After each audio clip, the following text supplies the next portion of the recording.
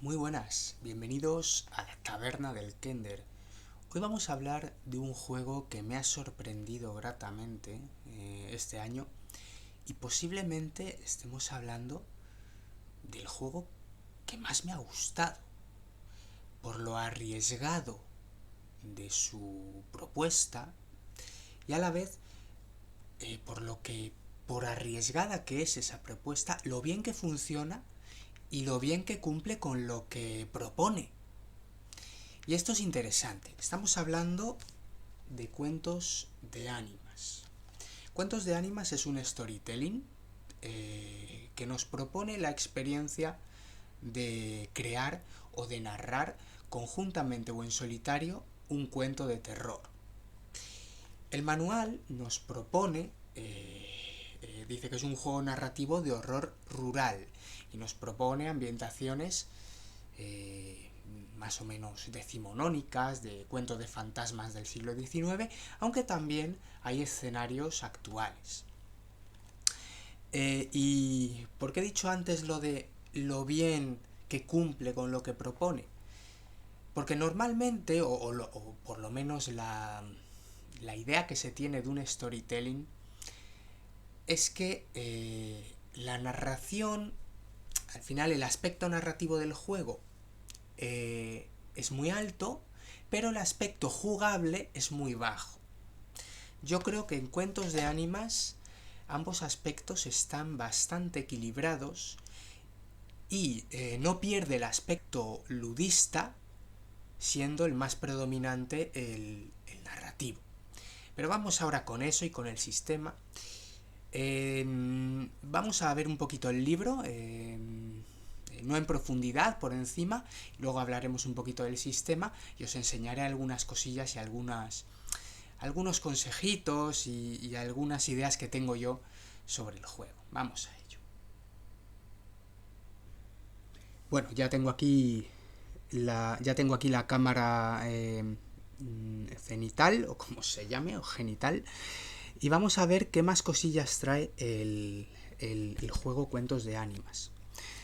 Lo que trae, aparte del juego, es un sobrecito, este sobrecito de color beige, y trae unas cartas que serán los contadores de determinación y de espíritu.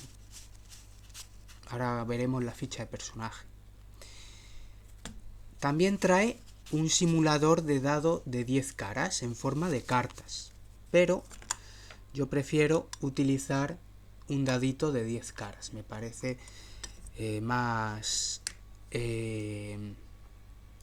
intuitivo y más rápido. No obstante, se pueden usar perfectamente. También es por como soy jugador de rol, pues me gusta el tema de los dados y ya está. Y por último, vamos a dejar esto por aquí. Bueno, trae también, aquí lo vamos a ver, un marcapáginas. Y trae estas cartas. Esto es el motor narrativo del juego, ¿vale? Entonces, la preparación de la aventura consiste en... Aquí tenemos 4 cartas, esta es la dama gris, ¿vale? La preparación consiste en eliminar las 3 damas grises, coger todas las cartas restantes, que tenemos obstáculo de entorno, obstáculo de personaje, percance de personaje, pista, ¿vale? Esas son los tipos de cartas que encontraremos en este juego. Barajaremos y ahora pondremos una dama gris aquí abajo. Cogeremos 1, 2, 3, 4 cartas, ahí.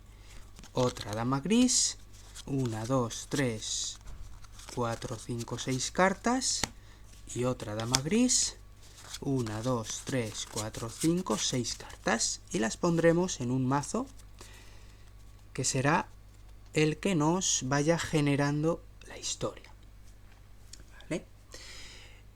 Habrá que rellenar una ficha de personaje. Os voy a enseñar la ficha de personaje que trae el libro. pero yo como ahora no tengo impresora y me ha pillado un poquito de confinamiento, pues tenemos aquí varias cosillas. Por un lado tenemos la ficha de la sinopsis y los personajes secundarios. Por cierto, se crea la aventura. La aventura se crea antes de jugarla. Los parámetros de la aventura, no la aventura, pero los parámetros de la aventura sí que se definen antes de jugarlo. Hay que rellenar una sinopsis principal, personajes secundarios, que pueden ser los que se quieran, no tienen por qué ser 5, que como pone aquí, sino los que se quieran, dependiendo de la historia. Perdón. Tenemos aquí también, se me ha movido la cámara, tenemos aquí también con la continuación de la hoja de la aventura, pistas e indicios, obstáculos de entorno, obstáculos de personaje, la tabla de tensión y la tabla de espíritu. Bien, y por último, la ficha de personaje. Esto se puede jugar en solitario con un solo personaje, ¿vale? Tenemos aquí la ficha de personaje. Se puede jugar en conjunto con un solo personaje, y también, yo lo he visto en algunas partidas online, se puede jugar con un director de juego que vaya generando la narración a través de las cartas y un jugador que haga del personaje. El sistema es muy intuitivo. Tú te creas tu personaje. Por cierto, tengo yo aquí una creada, esta de aquí. Yo tengo aquí una que la creé en un papel, en un folio. Es muy sencillo, simplemente con estos valores ya tienes personaje. Randolph Phillips, profesión joven soñador. Bueno, más que profesión, es una especie de arquetipo, la edad, y luego determinación y espíritu. Entre determinación y espíritu habrá que repartir 10 puntos. Yo he puesto aquí el total: 6 para espíritu, 4 para determinación. La determinación funcionará como, digamos, como puntos que podremos gastar para añadir valor a la tirada y conseguir superar objetivos. ¿Cómo funciona el juego? Pues tenemos aquí nuestra ficha, nuestras cartas y nuestro dado de 10 caras. Vamos a hacer un pequeño ejemplo. Yo es que este Randolph Phillips es un personaje que creé para una aventura que se llama, aquí la tengo escrita a mano, pero bueno, el ser de otro tiempo del bosque. Os voy a leer un poquito la sinopsis. En un claro de los frondosos y antiguos bosques de la región de Dunwich se yergue un extraño monumento de tiempos remotos. Es un círculo de piedras en el que, según cuentan los ancianos del lugar, se realizaban horrendos rituales a la luz de la luna. Algunos cuentan, a día de hoy, que extrañas y cánticos obscenos se siguen escuchando allí. Bueno, que sucesos extraños y cánticos obscenos se siguen escuchando allí. Tú estás visitando el caserón de un pariente que vive cerca del blasfemo lugar. Entonces, como ya hemos visto en la ficha de aventura, hay que poner los personajes secundarios. Pues os los voy a enseñar, os los voy a leer. Personajes secundarios: William Durk, sirviente de la casa del familiar en la que te alojas. Es un viejo taciturno y malhumorado que no suele hablar demasiado. Luego tenemos a Margaret Lanes, niña de 12 años que vive con la familia. La encontraron en el bosque siendo un bebé. Ella no recuerda nada de lo sucedido allí.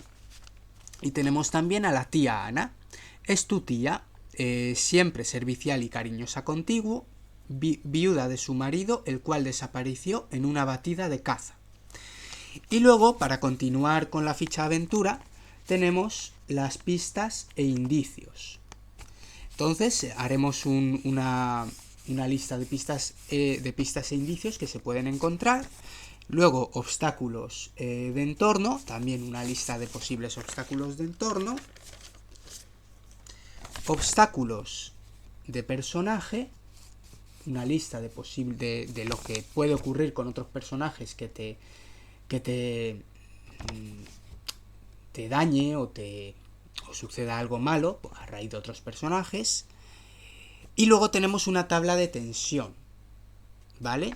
Entonces, ¿cómo funciona esto? Teniendo ya la aventura y el personaje creado, sacaremos una carta y nos da una pista. A raíz del resultado de esta carta voy a empezar a narrar. No voy a hacer un gameplay completo, ya lo haré en otro momento, pero por ejemplo, yo ya tengo mi personaje que es Randolph Phillips y me miro la hoja de aventura y me voy al apartado de pistas e indicios. Vale, sangre en un altar, pues elijo una de las que hay. Por ejemplo, yo voy a elegir cánticos en el bosque. Entonces, pistas e indicios, me voy a la ficha de la aventura y elijo cánticos en el bosque. Y voy narrando. Al llegar a la mansión y pasar 3 días allí, unos extraños cánticos me despertaron en mitad de la noche. No podía creer, no sabía lo que estaba pasando. Unos extraños cánticos que decían mi nombre. Me llamaban por mi nombre. Y bueno, pues se podría seguir narrando hasta que decides. Por cierto, cada cartita simboliza un tiempo transcurrido en la aventura. Eso ya depende de la aventura. Esta, por ejemplo, podría dar lugar a una jornada de aventura, es decir, un día. Pues el primer día el personaje ha escuchado esos extraños ruidos en el bosque que le llaman. Cuando acaba el primer día pasamos al segundo día. Obstáculo de personaje.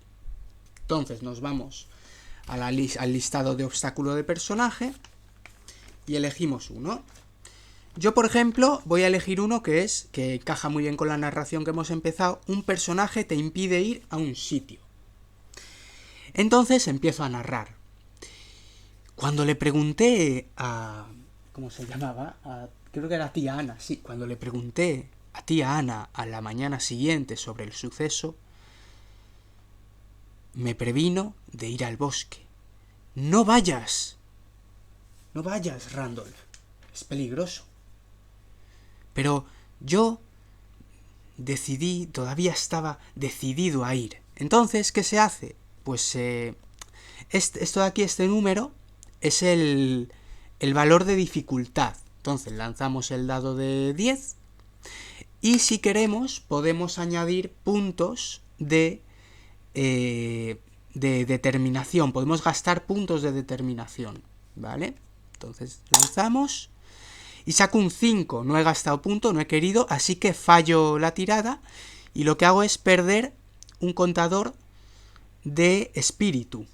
Ahora esto sería 6, ¿vale? Y ahora tendría 5 de 6. Tendría 5 contadores de espíritu. Por lo tanto, pues ocurre algo malo. No he superado. Pues por ejemplo, para asegurarse la tía Ana de que no salía, en uno de mis descuidos mientras estaba leyendo un viejo libro de la biblioteca, echó la llave y me encerró en ella. ¿Vale? Y así transcurriría la aventura, sacando cartitas, superando niveles de dificultad, gastando puntos de determinación, hasta que llegamos a la primera dama gris, ¿vale? La dama gris desencadena un evento importante en la historia, el cual está escrito en nuestra aventura. Yo voy a leer lo que ocurre con la primera dama gris. Primera dama gris, en tus sueños te ves caminando por el bosque hacia el blasfemo monumento. Es como si te atrajera de alguna manera. ¿Vale?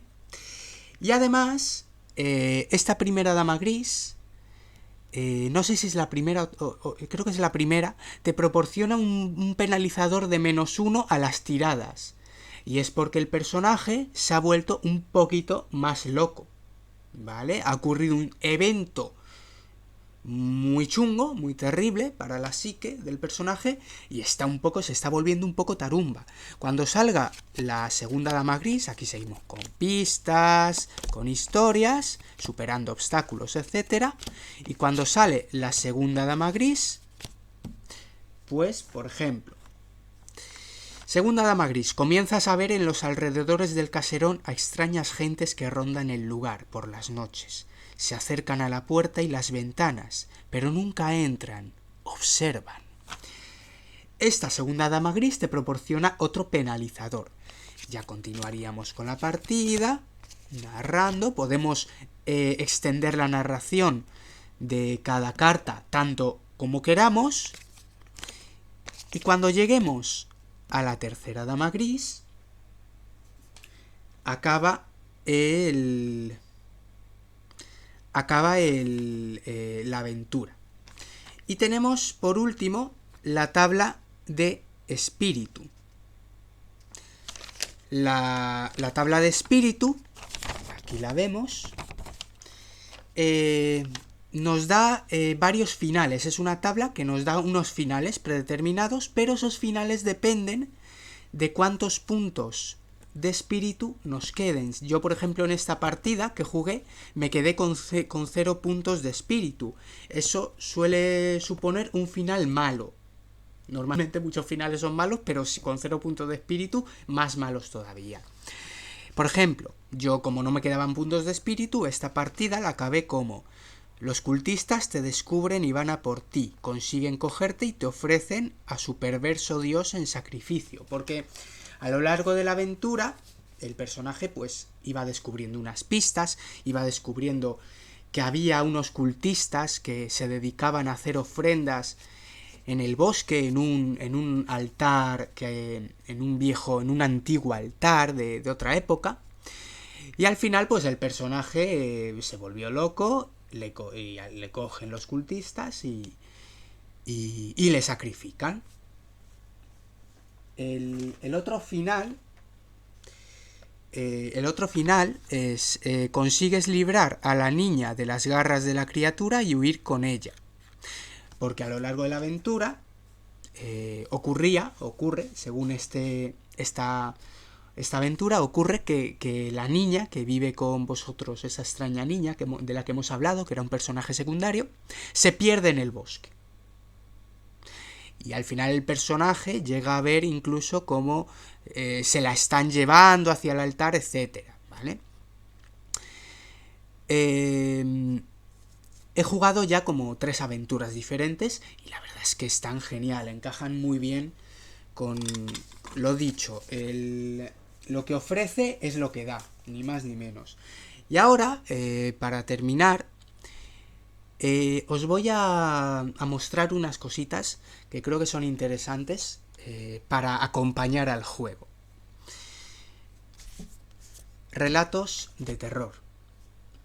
En este caso, M.R. James es el escritor que en cuentos de ánimas más se menciona. Este tipo de relatos de M.R. James se salen un poquito de la norma del típico fantasma decimonónico. Es interesante porque los relatos de M.R. James, que son de finales del 19, principios del 20, nos dan un terror clásico, decimonónico, pero llevándolo hacia un terreno que se aleja de los tópicos. Ya no es el típico castillo, ya no es el sonido de cadenas por las noches. M.R. James, sus personajes son gente de la vida cotidiana. Son gente que te puedes, por ejemplo, encontrar en Lovecraft. Lovecraft utiliza a muchos personajes que tienen un nivel cultural alto. M.R. James también. Aquí puedes encontrarte bibliotecarios, sacerdotes, anticuarios, típicos tópicos, valga la redundancia, que te puedes encontrar en una partida incluso de la llamada de Tulu. Otras cosas interesantes de M.R. James es que sus relatos no, pues ahí los enfoca desde el típico fantasma hasta incluso un cuadro embrujado en el cual van cambiando las cosas, una desaparición narrada de manera epistolar. Es muy interesante el libro, o sea, el relato de este volumen que se narra de manera epistolar, porque funciona muy bien con cuentos de ánimas. Todo lo que sea un relato en forma de diario, como puede ser Drácula, por ejemplo, que al final es entre un diario y unas cartas, es narrativa epistolar. Y también, como puede ser un relato como Historia de una desaparición y una aparición de M.R. James, que está en este volumen, pueden servir muy bien para jugar cuentos de ánimas en solitario. Al final, cuentos de ánimas, el modo solitario se llama el diario, y es eso, es narrar un diario a lo largo de las jornadas que hemos hablado, y está muy interesante por eso. Yo este lo recomiendo porque es muy finito, como siempre Valdemar, sinónimo de calidad, y es muy interesante. La verdad es que el autor Scott Malhouse, que es el autor original de Cuentos de Ánimas, el cual se llamó English Air en su versión original, hace muy bien en recomendar a este autor. Pero os voy a recomendar alguno más, algún jueguecito más, algún relato más para este Cuentos de Ánimas. Este de aquí es La casa en el confín de la tierra, de V.H. Hodgson. V.H. Hodgson tiene muchos libros también de historias de terror en el mar, pero este en particular, que además posee las mayores alabanzas de Lovecraft, es un relato de horror cósmico como no os podéis imaginar. Esto es horror cósmico elevado a la máxima potencia. Y además está narrado en primera persona y de una manera que bien podría ser como un diario, porque te va narrando cómo va cambiando el ambiente, va quedando enrarecido por ese algo inexplicable que ocurre en una vieja casa. Y además, muy interesante, al igual que muchos relatos de la época, por ejemplo, manuscrito hallado en Zaragoza, este es posterior, pero se utiliza el concepto de lo que llamaríamos actualmente metraje encontrado. Por supuesto, en el siglo XIX y principios del XX no existía el metraje encontrado porque no existían las cámaras de vídeo, pero el recurso que se usaba en este tipo de relatos de terror es diario encontrado, es decir, al principio del libro, por ejemplo aquí, introducción al manuscrito, pues te habla de que hay una persona normal que ha encontrado un manuscrito en un lugar ya antiguo, perdido, olvidado, y ese manuscrito cuenta esta historia, ¿vale? Igual que manuscrito hallado en Zaragoza, de Potocki. Así que es muy interesante. Este os lo recomiendo ya no solo para cuentos de ánimas, sino para cualquiera que le guste el horror cósmico. Este es indispensable. Y por último, cualquier antología de relatos de Valdemar, tanto Malos Sueños como Felices Pesadillas. Yo todavía Felices Pesadillas no lo tengo, dicen que es mejor. Pero esto es una maravilla. Esto es una maravilla. Al final de estos relatos, que van en orden cronológico, empezando desde el siglo XVIII hasta el siglo XX,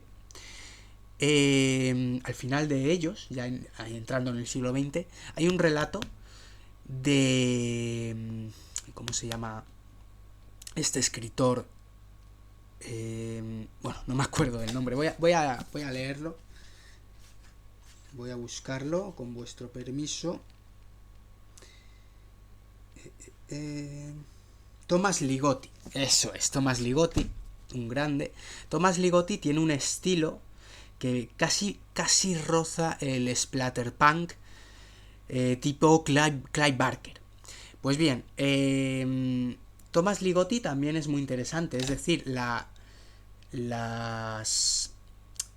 aparte del cuento clásico de fantasmas o de terror, el cuento moderno de terror estilo Thomas Ligotti mola mucho. Y hablando de Thomas Ligotti, hablo de él porque Rolero de la Mancha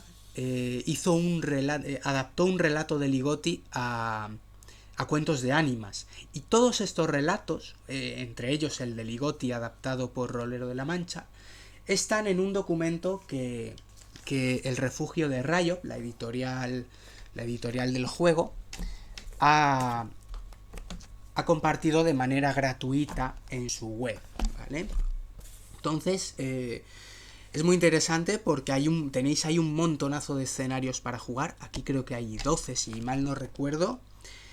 Creo que hay 12 escenarios, de los cuales una gran parte están escritos por Óscar López Ahumada, que es otro de los grandes, y también por más editores de este juego, del Refugio, ¿vale? Os voy a compartir pantalla para que veáis este documento que han liberado en el Refugio de Riot. Vale, aquí lo tenemos. Son escenarios fan-made para el juego narrativo. Dr. Alban, grande Dr. Alban, y esas charlas roleras nocturnas interesantísimas. Si no conocéis Sinergia de Rol, tanto la web como con el canal de YouTube, os lo recomiendo. Yo soy de los asiduos a las charlas roleras. Y tenemos a Rolero de la Mancha, que ya lo he comentado, Dani Jimbo, que le conoceréis también, bueno. Y entonces, pues, hay un montonazo de aventuras. ¿Vale? Montonazo de aventuras. Y yo la que os decía, La cena del fin del mundo. Ese es el relato de Thomas Ligotti. Interesantísima esa partida. Yo la quiero jugar en solitario. Y hablando del modo solitario, vamos a cambiar ya la cámara. Vale, hablando del modo solitario de Cuentos de Ánimas, a mí me ha funcionado. Y como juego de rol o como experiencia narrativa, pero a la vez lúdica, porque el componente ludista lo tiene y puedes ganar o perder la partida, esto no es contar un cuento y ya está, lo tiene muy marcado, lo tiene muy, muy bien hecho y es genial, y como experiencia narrativa en solitario está muy bien, eso sí, con cierto bagaje de narrativa de terror. Yo esto lo acompañaría, ya digo, con algún librito de terror, ¿vale? Y hay que leer. Para jugar a rol hay que leer. Y ya está. Así que nada, Cuentos de Ánimas. Para mí, la sorpresa del año. Juegazo. Os lo recomiendo. Si estáis indecisos y eso, yo os lo recomiendo perfectamente. Es un juegazo. ¿Es caro? A ver, hay mucha gente que dice que es caro, son 28 euros, creo que eran 28 euros, pero es que merece la pena. Un juego es caro cuando no lo juegas. Y este yo lo voy a jugar muchísimo. Así que nada, muchas gracias por ver el vídeo y nos vemos en el siguiente. Hasta luego.